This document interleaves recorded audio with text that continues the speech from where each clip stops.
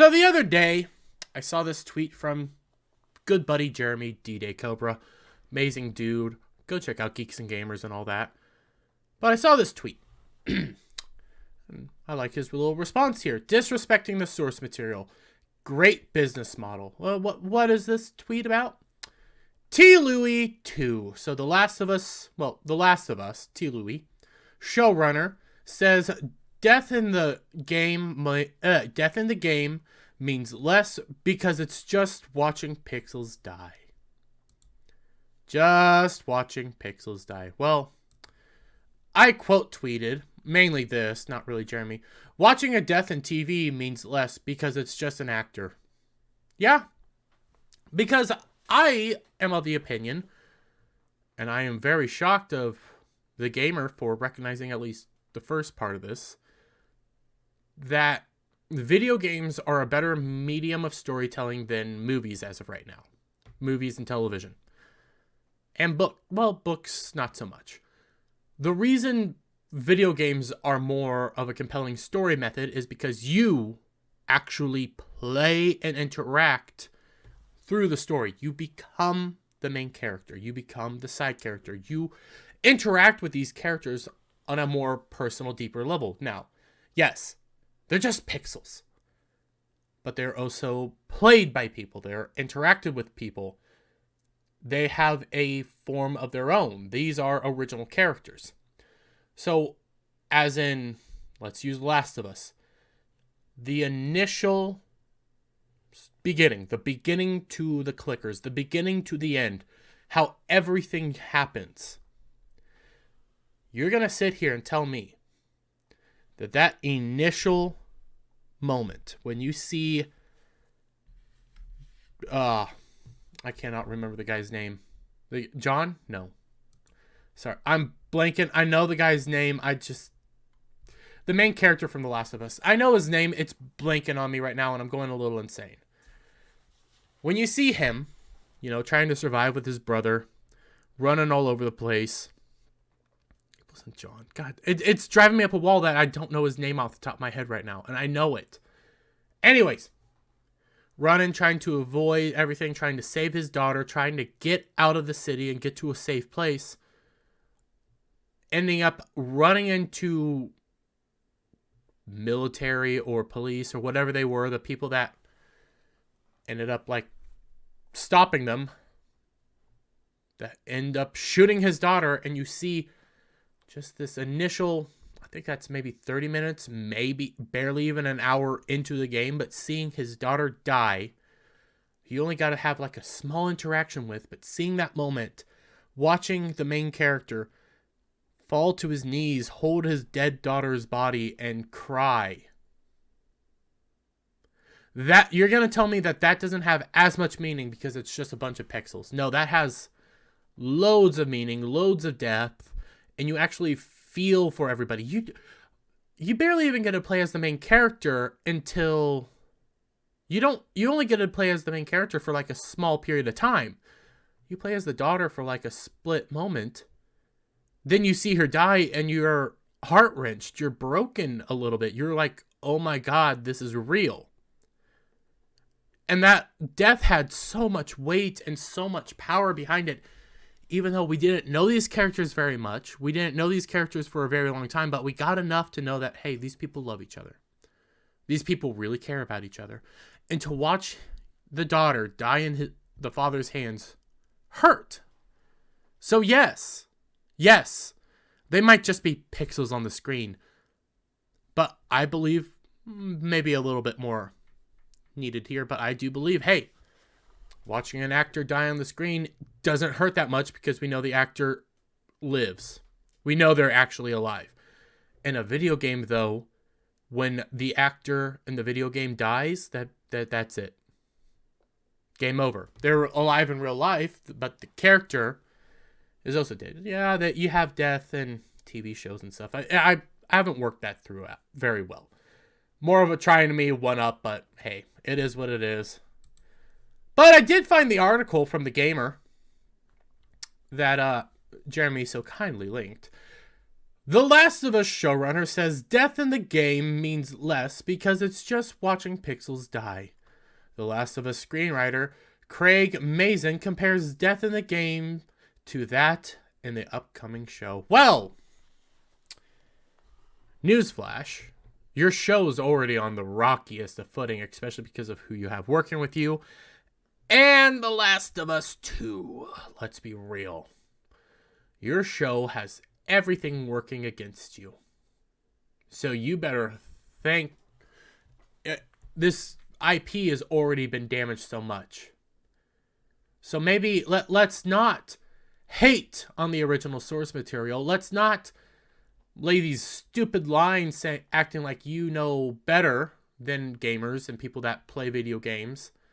Let's recognize that you will eventually have to get to the Last of Us 2 storyline, and unless I'm willing to bet you're going to go all in on that.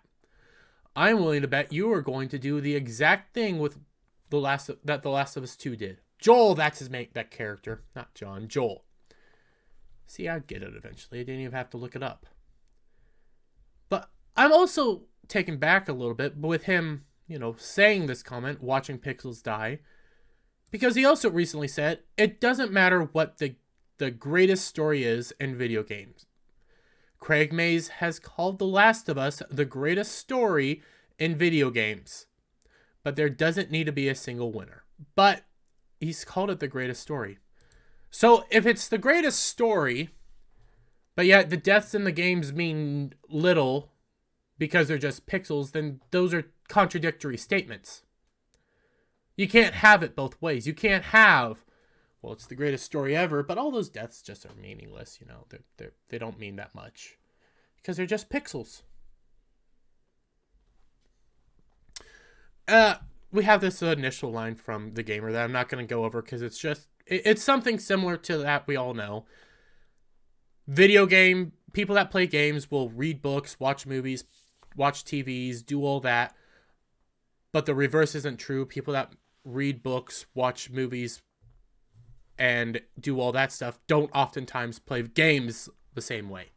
Now they can, but gamers are unique. Gamers go through every medium, while if you don't play a game, more than likely you're not going to play a game.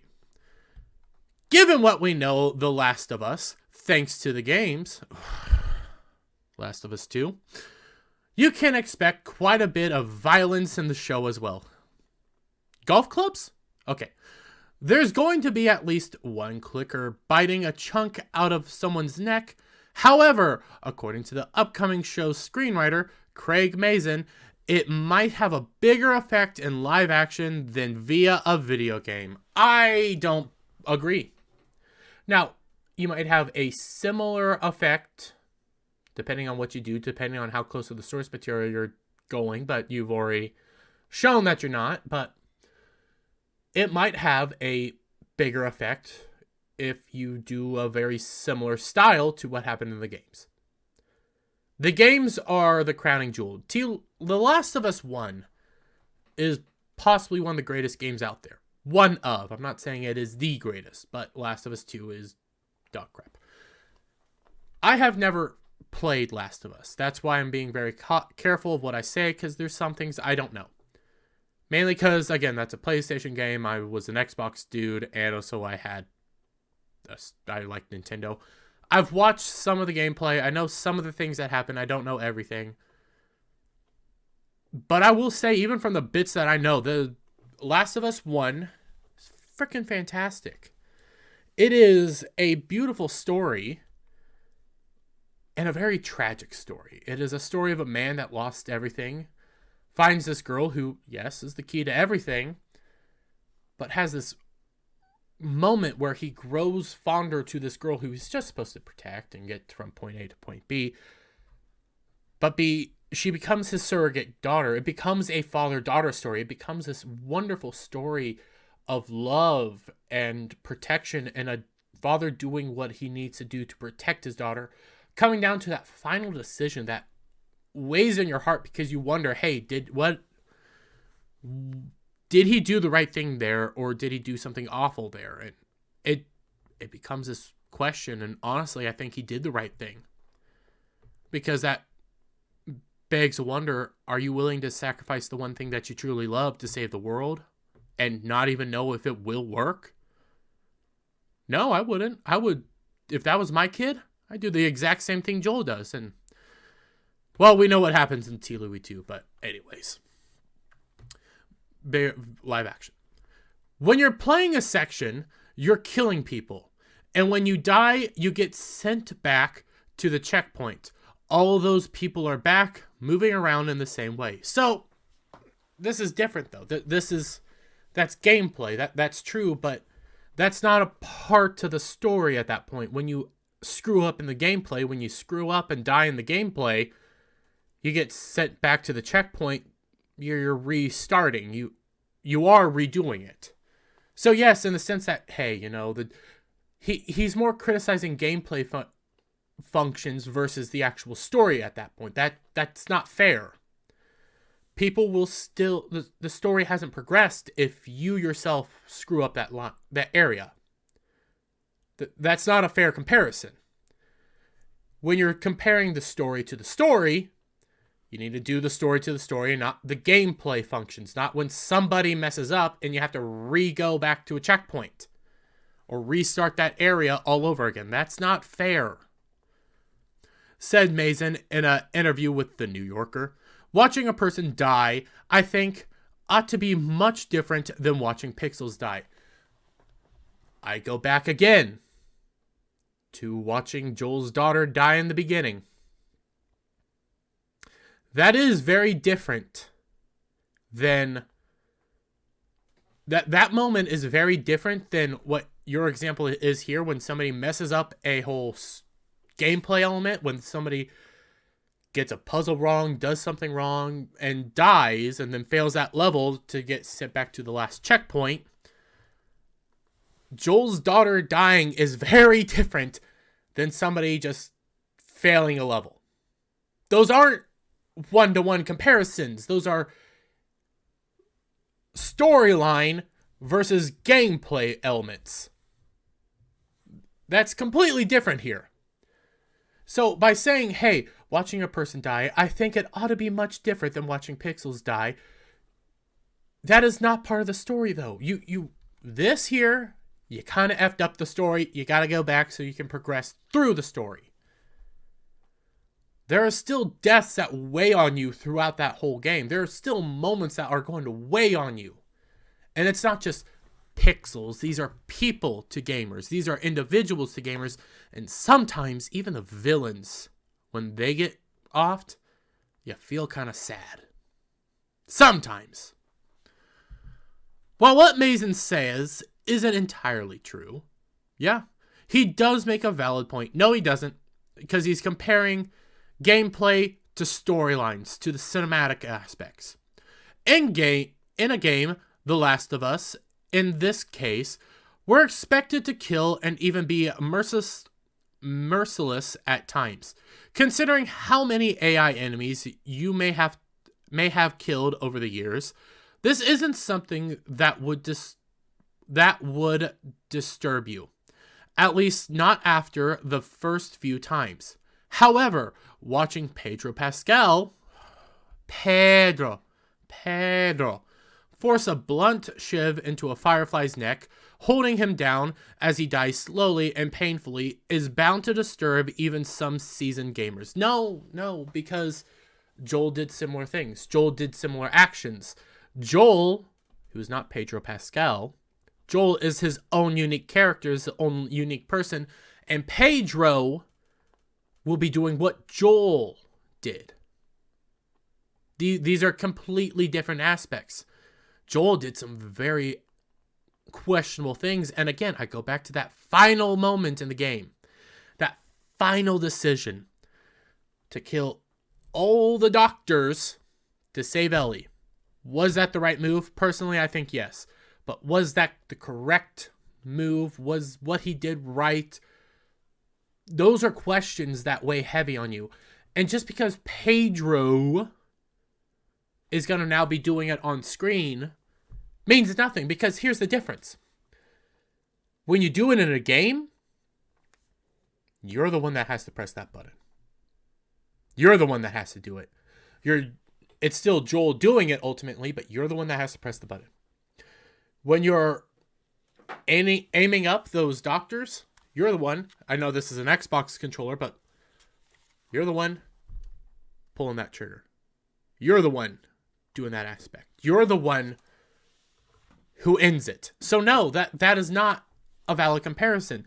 This is not a valid comparison because Pedro here is going to be playing Joel, and Pedro's Joel is just going to do it. You're not going to have to press a button to do it. You're not going to have to line up the shots to do it. You're not going to have to do a quick time event where you do it. Those are completely different aspects. There is a different level of weight when it comes to gameplay. When you are the one that has to make that decision. When you have to press X, Y, A, or B. When you have to move around. When you have to pull those triggers. Line up that shot. Pedro's just going to do it. Because it's a show. It's not a game at that point. Elsewhere in the interview, Mason and Neil Druckmann discussed how Joel would not be unstoppable action hero he was in the first game. Audiences will notice the wear and tear that Times has had on him. Well, he had wear and tear throughout, at least in the beginning, you know. He looked different. He was more depressed. He had some salt and pepper throughout him. He was older. He was withered, and he was more kind of shut off. He didn't really care about the world and just wanted to survive. Then he meets Ellie. We have had a conversation about the toll Joel's life would have had on him physically. Okay, said Druckmann. So he's hard of hearing on one side because of a gunshot. His knees hurt every time he stands up, but so what? He had similar aspects to that in the first game. He was a little weathered. He was different from the very beginning. Where he was a father, he was strong, he was determined, but he was happier. Then when you meet him back playing the actual storyline, it's painful. He looks different. He looks different in comparison. He's not smiling as often. So that little aspect there doesn't really matter.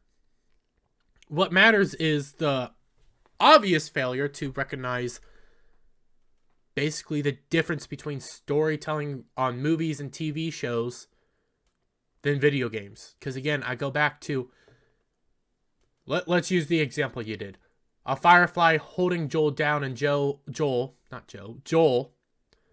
having to shove a shiv into him.